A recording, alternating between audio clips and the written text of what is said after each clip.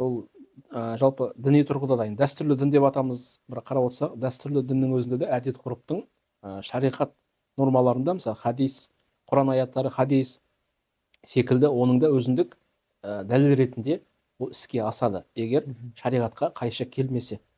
Енді бізде қаншама ғасырдан бері қазақ халқы, қазақ хандығы құрылмай тұрып, біздің бабаларымыз ислам дінін ұстанып келген.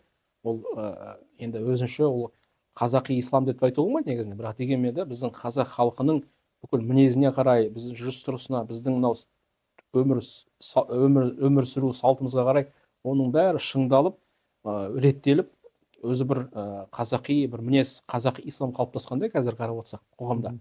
Енді ол бәрі дінмен байланысты, дінмен бір-бірімен тығыз байланысты негізінде. Жаңа Абай жайында айттыңыз, шәкәрім жайында айттыңыз, оның бәрін қарайтын болсақ, Абайдың бүкіл мынау қара сөздерін оқитын болсақ, негізінде қара сөздерін оқыған кезде шариғат қой, негізі уағыз насихат секілді ғой, адамдарға өмір сүрудің мынау Абайдың мысалы 40 қара сөзін қарайтын болсақ, біздерге қара сөзбен діннің, жалпы өмірдің құндылықтарын біздерге түсіндіріп жатыр да жалпы. Енді ол бәрі әлбетте ол немен, дәстүрмен дінді бөліп қарастыруға келмейді негізінде, ол келмейтін ұғымдар.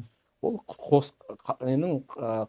құстың қос қанаты секілді екеуін бірге алып жүрген кезде ғана ол нағыз кемелдікке жетеді. Өйткені өзектен айырылуға болмайды ғой мұсылманға.